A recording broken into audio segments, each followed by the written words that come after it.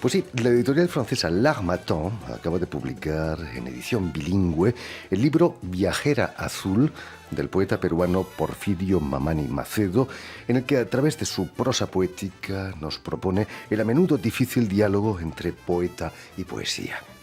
Como apunta el crítico Daniel Vives en su prólogo, en este nuevo libro, Mamani Macedo nos da una visión del mundo de una oscura claridad, de un azul virginal. La viajera es la diosa de una iluminación que el poeta interpela con un doloroso llamado.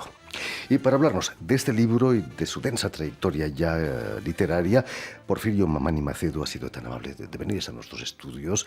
Buenas tardes, Porfirio. Muchas buenas tardes y muchas gracias por la invitación Es un a placer, esta casa. es un placer tenerte aquí entre nosotros.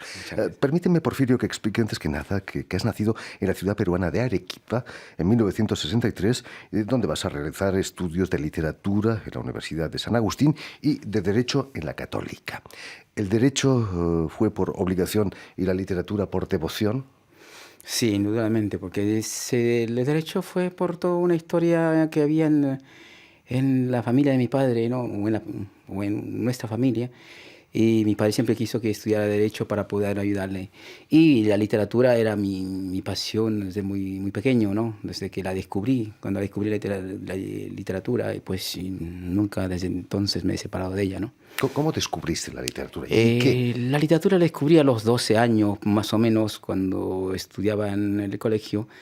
Y una vez leyendo, había unos versos bonitos de Friedrich Degond, y el profesor nos dijo que fueran a la biblioteca. Y yo fui a esta biblioteca cuando tenía 12 años, en la biblioteca municipal de Arequipa, y descubrí un mundo que era diferente, ¿no? Y en este viaje que fui del colegio a la biblioteca, pude comprarme un libro que se llama La vida es sueño, de Calderón de la Barca.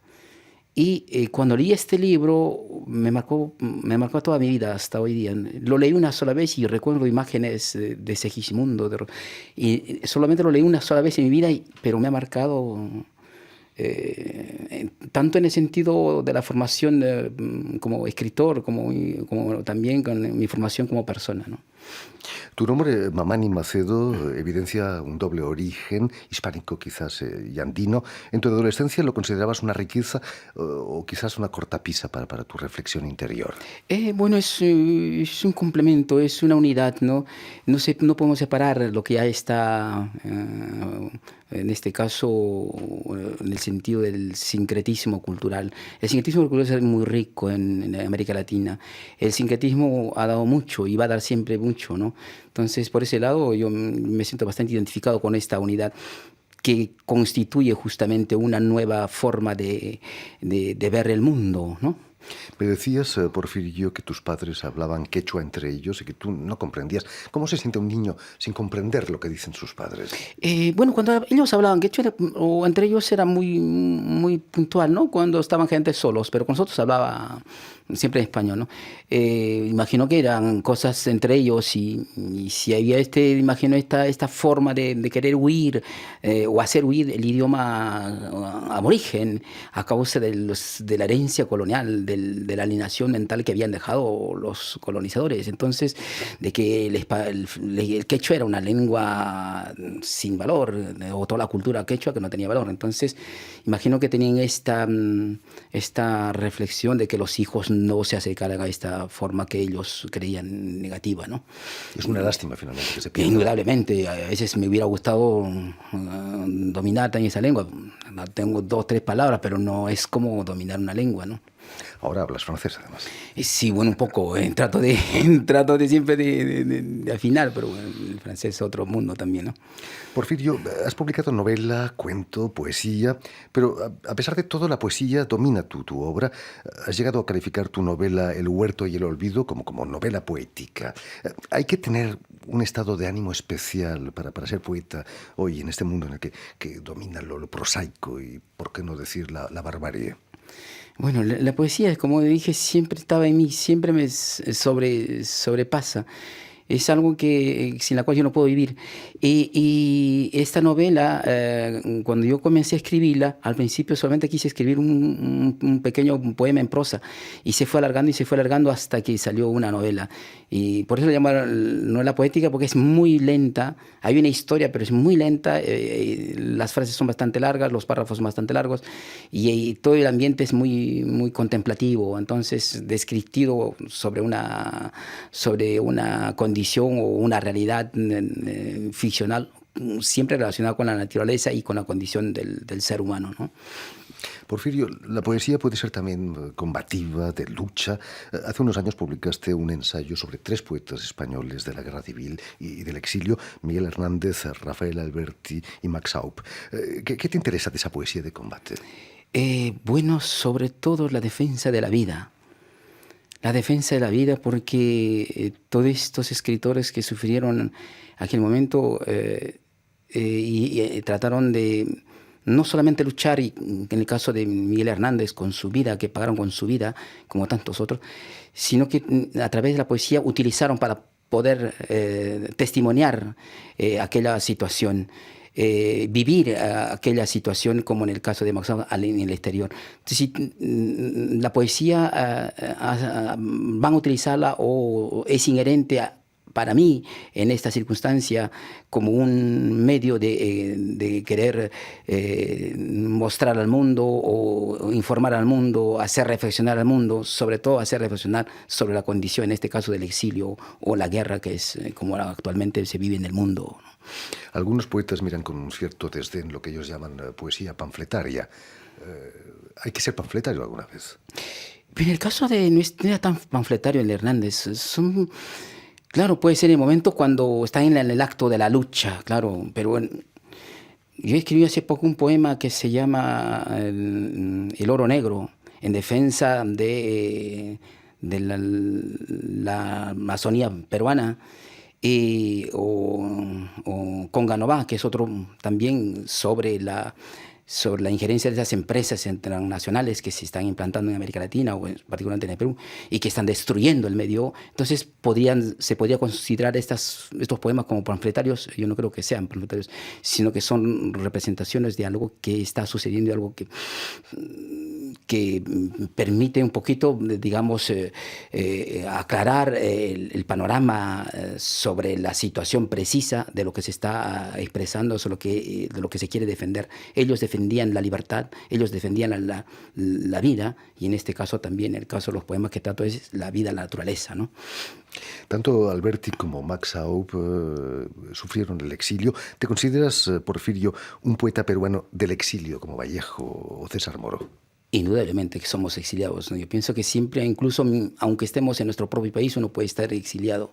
Incluso en su propio país uno puede sentirse exiliado. Yo sí me siento como alguien que está fuera. Alguien que está fuera, y tal vez si regreso a mi país también me sentiría fuera por el tiempo que estoy afuera. Entonces es difícil decir que estamos en un sitio, ¿no? Y mi patria en este caso es la poesía, mi patria es la lengua con la cual yo me expreso. Ese es donde voy, estoy con ellos. Entonces ese es mi espacio. Hoy estoy aquí, no sé mañana dónde estaré. ¿Cuáles fueron las circunstancias de tu exilio? El mío es un exilio sobre todo más cultural, ¿no? Y quería perfeccionar mi formación cultural. Me vine a España a especializarme en derechos humanos porque quería, pero me fue muy mal me fue en España y tuve que salirme de España justo en la época de la fecha en la cual se celebraba el 5º centenario. Entonces, casi puedo decir que fui casi como expulsado de España en esta en el 92. Época. Me fui en 91, fin del 91 al 92, porque no era imposible vivir en esta circunstancia con la que estaba en aquella época. Bueno, situaciones económicas, políticas, geopolíticas. Entonces me vine a París. A París para afirmar mi lado, ya en este caso, creativo, y dejar definitivamente el derecho, ¿no? Aquí en París vas a doctorarte en la Sorbona. ¿Te sentiste mejor acogido aquí en París que en España? No, bien difícil. Aquí es bien difícil. y actualmente vivo en una situación bastante difícil.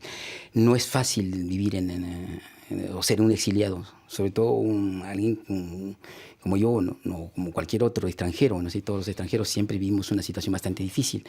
Entonces, pero fue bastante difícil. Tuve que, de ser allá abogado, pues tuve que comenzar los estudios como un estudiante de 18 años.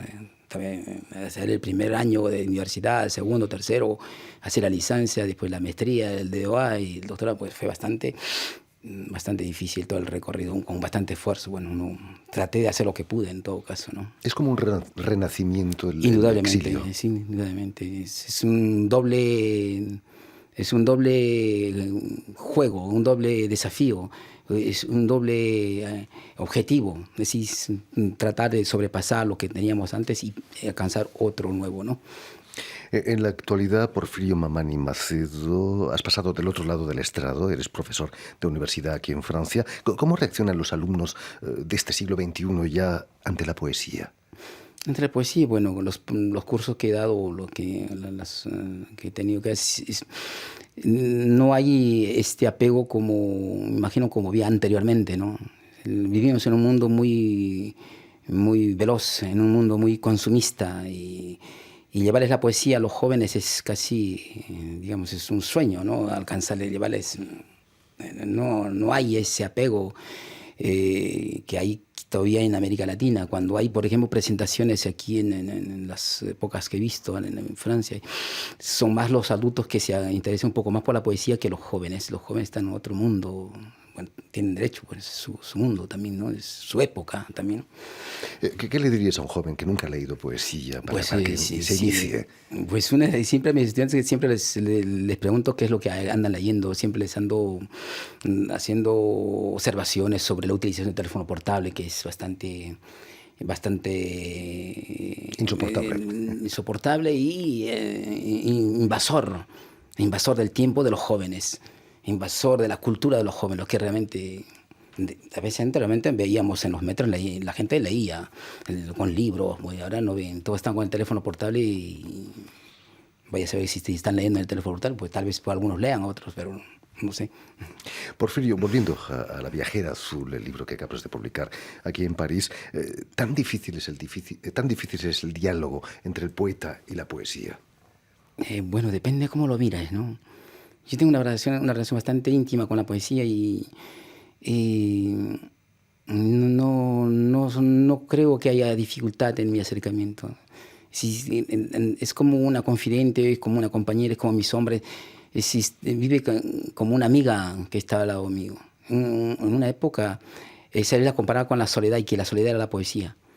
Y en una época escribí un libro, un poema que se llama La soledad, en el primer libro que se publicó aquí en Francia. Y le puse el poema Soledad. Y los amigos, la gente este poema, tienes una amiga, le has escrito a Soledad. Y todos pensaban que era una novia que tenía por ahí que se llamaba Soledad. Y en español existe este nombre. Entonces, y el día que no era Soledad. Entonces tuve que inventarme un nuevo nombre, ya no le llamaba Soledad, le llamaba pues la viajera azul, o la bella ausente, la bella lejana, pues, o me inventaba otros nombres como Elena, les daba otros nombres para poder, y en ese personaje pues estaba digamos, la representación de la poesía, ¿no? Porfirio, abres tu viajera azul con una cita del Cantar de los Cantares, un diálogo entre el amado y la amada. ¿Podemos hablar de tu libro como poesía mística casi? Sí, un poco sí. El libro que se llama La luz del camino, este libro que fue traducido por el centro que dirigía Claude Cuffon, el amigo Claude Cuffon, es un libro bastante místico en el cual reflexiono sobre la relación entre el hombre y Dios, la relación que tenemos con Él, porque nos hemos alejado demasiado de esta situación, o de esta relación que antes teníamos, y la gente no cree en Dios y tanta cosa, ¿no? Entonces, es el primer libro que escribí a raíz de un sueño que tuve y poco a poco se fue construyendo ese libro. Y después he escrito este libro que se llama, que es un diálogo entre dos personas que quieren encontrarse pero no se encuentran. Es como el diálogo que hay entre el cantar de los cantares, el esposo y la esposa. Y luego he terminado de escribir un libro que se llama Acción de Gracia, que son poemas, ya son mucho más místicos, que son una especie de salmos, ¿no? Que es inédito. Se han publicado algunos poemas, pero la mayor parte no están todavía publicados, ¿no? San Juan de la Cruz quizás ha dejado una huella en tu manera de escribir. Tu oscura claridad podría emparentarse con la soledad sonora de San Juan de la Cruz, o incluso con la música callada de Montpou, la música, el compositor catalán. Reivindicas esos orígenes. No solamente de él, sino hay muchos autores que he leído, sobre todo la vida de los santos. Actualmente, desde hace como unos 5 años, solamente me dedico a leer la vida de los santos. Trato de leer, porque lo leo por temas, y en este caso, San Juan de la Cruz, pues, indudablemente que me habrá hecho reflexionar sobre esta situación de la oscuridad, porque yo siempre me considero que vivo en la oscuridad. Yo me considero que voy y busco siempre, o trato de buscar el camino de la luz. No sé si un día la encontraré. Una radiante oscuridad, al menos, ¿no? Tu viajera es tan azul como el libro de Rubén Darío, Azul. Bueno, es otro mundo, ¿no? Son dos cosas diferentes. Rubén Darío es mucho más distante que el mío. El mío está más dentro de lo místico. Va en este sentido, en este diálogo, la búsqueda de lo interior, la búsqueda de un objetivo, de una salida. No lo veo tanto como en el libro Azul pero sí he leído a mi amigo Rubén Darío. Cuando era muy joven era apasionado por sus poemas. Quizás los jóvenes se apasionarían más por la poesía si se acercasen a Rubén Darío. Porfirio Mamani Macedo, hay que ser un poco Quijote hoy en día para publicar poesía. Indudablemente, hay que ser más que Quijote. Primero hay que escribirlos, hay que reflexionar, hay que corregirlos, después hay que hacerlos traducir y después hay que buscar un editor para que los publique y después de ver si hay lectores. Ahí imagínate, es un sueño. Es decir, uno escribe sin saber a dónde va o qué va a pasar, qué le va a ocurrir a los poemas que vamos escribiendo, ¿no? Pero sí hay que ser quijotesco, porque si no, perdón, como el sueño de Don Quijote de querer alcanzar algo, en el caso de la justicia y todo que quería. Pero a mí me hubiera gustado que los jóvenes leyeran, que se interesaran por la poesía, porque es una fuente de reflexión, de formación del ser humano. Y en la actualidad en la mayor parte de los países del mundo pues se va eliminando todo esto. Y en la literatura, todo eso, la música, ya no hay esta enseñanza que antes había. Se va todo lo que es el lado de humanidades afuera, pues es el mundo comercial. Eso es una tristeza, es una pena que vayamos por este lado, ¿no? Desgraciadamente. Tu Viajera Azul está editada en una edición bilingüe franco-española. ¿Ha sido difícil traducir al francés tus poemas, tu lenguaje? Toda la poesía es bien difícil de traducir, siempre porque se escribe otro poema. Y una época quise traducir mis propios poemas y era imposible. Así que yo escribí un libro de poemas en francés directamente. Y después dejé de escribir en francés y me puse solamente a escribir en español. Y después siempre tenía dificultad para publicar, para enviar a revistas y a veces me pedían un poema por ahí, pues tenía que estar siempre con este problema de la traducción. Entonces yo me puse a traducirlo, pero cuando salía el poema, cuando leía no era el mismo poema, entonces era mejor, siempre he dicho, mejor darle a alguien que lo traduzca y que sea más independiente del autor mismo, ¿no? El poeta tiene una relación más íntima con la lengua que un escritor normal. Indudablemente, yo creo que siempre que digo el poeta o la poesía es, no sé, es algo que es mucho más que, a veces digo más que la filosofía, a veces es mi locura mía, porque ahí en la poesía hay tantas imágenes, tantas reflexiones que podemos tener una palabra, descifrar un verso, en todo el sentido que puede tener este verso en 2 palabras, y podemos decir muchas cosas, interpretarlas, explicar muchas cosas, decir, criticar, no sé, o soñar con 2 o 3 palabras, no sé. La poesía tiene mucha mucha profundidad y que desgraciadamente no se le aprecia. No hay editoriales muchas editoriales que se interesen en difundir, o no sé, o librerías que vendan la poesía. Esperemos que este programa sirva al menos para que la gente sepa qué es poesía. Y para que la gente lo sepa mejor, me gustaría que nos ofrecieses quizás uno de los poemas de tu libro Viajera Azul, Voyageuse Bleue, que es en español. Quizás el primero, que es el poeta quien habla. Bueno, vamos a leer el primero, ¿ya? Porfirio Mamani. El poeta. Viajera celeste, que en el fondo de la cima preparas tus nobles atuendos para encontrarte conmigo en el desierto. Yo siguiendo voy esta sombra que sale de mi cuerpo, por un camino que nadie ha frecuentado. Callados van mis ojos, callados los ruidos de mis pasos, solo el polvo se levanta cuando paso. Cuando llego al pie de una montaña, voz y llanto de un niño golpea las rocas del polvo no cubiertas.